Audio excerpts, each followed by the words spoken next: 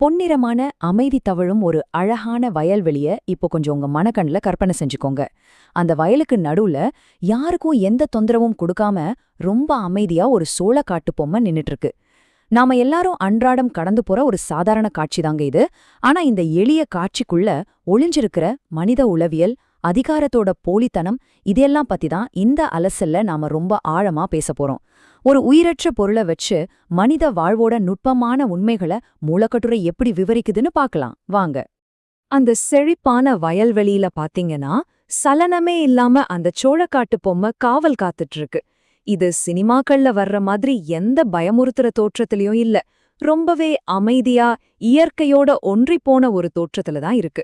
இந்த கட்டுரையோட ஆசிரியர் முதல்ல இந்த பொம்மையோட பௌதீக இருப்ப ரொம்ப உன்னிப்பா கவனிக்கிறாரு. அசையாம நிக்கிற இந்த பொம்மைக்கு நிஜமாவே என்னதான் வேலை அப்படிங்கிற ஒரு சின்ன தேடல்ல இருந்து தான் இந்த முழுமையான பார்வையும் தொடங்குது. பகுதி 1. பொம்மையின் வேலை என்ன? இந்த அமைதியான பாதுகாவலனை கொஞ்சம் கவனிப்போம். இங்கதான் ஒரு சுவாரஸ்யமான கேள்வி வருது. எதுவுமே வேலை செய்யாம அவற்றுக்கு என்னதான் வேலை? கை கால்கள் இருந்தும் அது அசையறது கிடையாது, கண்கள் இருந்தும் பாக்குறது கிடையாது. அப்படின்னா ஒரு வயல்வெளியில உயிரற்ற ஒரு பொம்மைக்கு என்னதான் வேலையா இருக்கும்? இந்த கேள்விதான் நம்ம சிந்தனைய தூண்டுற முதல் புள்ளி. விவசாயம்னா அது எவ்வளவு கடினமான உழைப்புன்னு நமக்கு தெரியும் இல்லையா? நிலத்தை உழறது, உரமிடுறது, களை பறிக்கிறது, இல்லனா அறுவடை செய்யறது, இதுல எந்த ஒரு கடினமான உடல் உழைப்பையும் இந்த சோளக்காட்டு பொம்மை செய்யறதே இல்ல. ஒரு பயிர் விளைச்சலுக்கு தேவையான எந்த ஒரு அடிப்படை செயல்லையுமே இதுக்கு துளியும் பங்கில்லைங்கிறத ஆசிரியர் ரொம்ப தெளிவா சுட்டிக்காட்டுறாரு. இதுல ரொம்ப முக்கியமான விஷயம் என்னன்னா, அது தன் கைகளை உயர்த்தியோ இல்ல வயல் முழுக்க ஓடியோ பயிர்களை பாதுகாக்கிறது இல்ல. அதுக்கு பதிலா வெறுமனே அந்த இடத்துல இருக்கறதால மட்டுமே அது பயிர்களை காப்பாத்துது. வெயிலோ மழையோ பனியோ அது அந்த இடத்த விட்டு நகரதே நகராது. எந்த வேலையும் செய்யாம வெறும் தன் இருப்பு கொண்டே மற்றவங்கள பயமுறுத்துறது மட்டும்தான் அதற்கான ஒரே வேலை. இது எவ்வளவு விசித்திரமான ஒரு விஷயம்னு கொஞ்சம் யோசிச்சு பாருங்க. பகுதி 2. மனிதனின் எல்லை மீறிய பேராசை.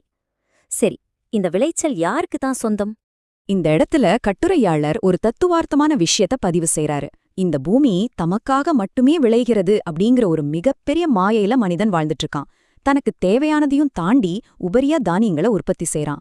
ஆனா அந்த உபரி தானியங்கள் எல்லாமே இயற்கையில இருக்கிற பறவைகளுக்கும் விலங்குகளுக்கும் சொந்தமானது அப்படிங்கறத அவன் வசதியா மறந்துடுறான். அப்படிப்பட்ட பறவைகளோட பங்க தடுக்கிறதுக்காக மனிதனால் உருவாக்கப்பட்ட ஒரு கருவிதான் இந்த சோளக்காட்டு பொம்மைன்னு அவரு நடுநிலையா விவரிக்கிறாரு. இங்க நாம கவனிக்க வேண்டிய ரொம்ப ஆழமான விஷயம் ஒன்னு இருக்கு. மற்ற உயிரினங்களை வயலுக்குள்ள வரவிடாம தடுக்க நினைச்ச மனுஷன் அந்த பொம்மைய ஒரு மிருகமாவோ அரக்கனாவோ உருவாக்கல. மாறாக தன்னை அப்படியே மனசுல வச்சு ஒரு மனிதனோட உருவத்திலேயே அதை உருவாக்கியிருக்கான்.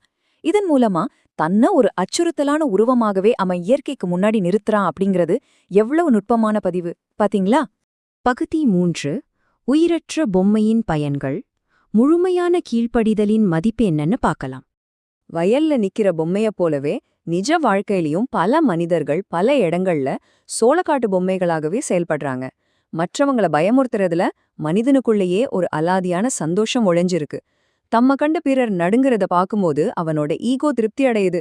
எதையோ சாதிச்சிட்ட மாதிரி ஒரு போலி பிம்பத்துக்குள்ள அவன் வாழ பழகிடுறான்.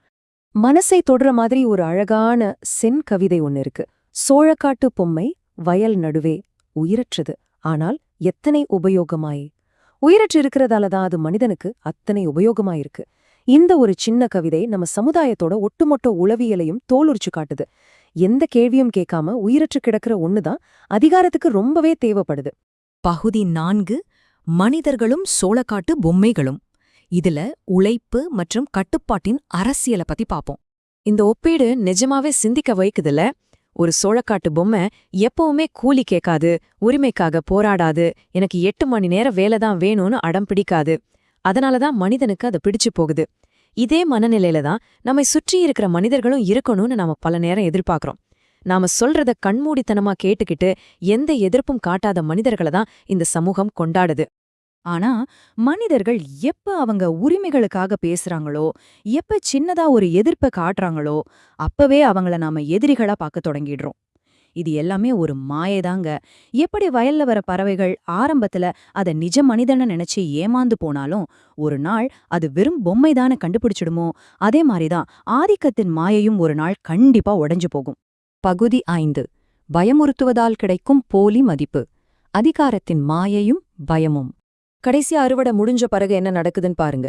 சீசன் முழுக்க கம்பீரமா எல்லாரையும் பயமுறுத்திட்டு நின்ன அந்த பொம்மை அறுவடை முடிஞ்ச உடனே எந்த மரியாதையும் இல்லாம வெறும் வைக்கோலா தூக்கி வீசப்படுது. அதோட தேவை முடிஞ்ச உடனே அதோட இருப்பும் ஜீரோமா ஆகிடுது. பயமுறுத்துற அதிகாரத்தோட இறுதி நிலையும் இதுதான் அப்படிங்கிறது இந்த காட்சி நமக்கு ரொம்ப தெளிவா உணர்த்துது. கலீல் கிப்ரான் இத பத்தி ரொம்ப அழகா ஒரு கவிதையில சொல்றாரு. பொம்மை கிட்ட ஒருத்தர் கேக்குறாரு, நீ மகிழ்ச்சியா இருக்கியா? அதுக்கு பொம்மை சொல்லுது, நான் மத்தவங்கள பயமுறுத்துறேன் இல்லையா, அந்த மகிழ்ச்சியா எனக்கு போதும். அதுக்கு இன்னொரு குரல் பதில் சொல்லுது, தன்னை வைக்கோலால் திணிச்சுக்கிட்டவங்களுக்கு மட்டுமே இப்படி பயமுறுத்துறதால பெருமை அடைய முடியும். உள்ளே எதுவுமே இல்லாத வெற்றிடமான மனிதர்களால மட்டும்தாங்க பிறரை பயமுறுத்தி அதிலிருந்து ஒரு அற்ப சந்தோஷத்தை பெற முடியும். இதோட சுருக்கம் என்னன்னா, அதிகாரத்தாலையும் பயமுறுத்தலாலையும் எது வேணும்னாலும் சாதிச்சிடலான்னு நினைக்கிறது மாபெரும் தவறு. மிரட்டி வைக்கிறதால உங்களுக்கு ஒருபோதும் உண்மையான நட்பு கிடைக்காது. அங்க அன்பும் துளிர்க்காது. எல்லாவற்றுக்கும் மேலா நிம்மதியான உண்மையான மகிழ்ச்சி கிடைக்கவே கிடைக்காது. உங்களை சுற்றி எப்பவுமே ஒரு பயம் கலந்த போலி திரை மட்டும்தான் இருக்கும். இதுதாங்க நாம சிந்திக்க வேண்டிய ரொம்ப முக்கியமான கருத்து. பயமுறுத்துறதால ஒருத்தர் உங்களுக்கு கீழ்ப்படுகிற மாதிரி வெளிப்பார்வைக்கு தெரியலாம். ஆனா அந்த பணிவு கூட உண்மையானது இல்ல. அது வெறும் மேலோட்டமானது மட்டும்தான். உள்ளுக்குள்ள அந்த எதிர்ப்பு நெருப்பா எப்பவுமே கனன்று கொண்டேதான் இருக்கும். ஆக ஒரு சோளக்காட்டு பொம்மையா இருந்து பிறரை பயமுறுத்துறதுல கிடைக்கிற பெருமை நிரந்தரமா, இல்ல அன்பால உலகை வெல்வது நிரந்தரமா? இந்த கேள்வியோட நீங்க சிந்திக்கிறதுக்காக இந்த அலசலை நான் இங்கே நிறைவு செய்றேன்.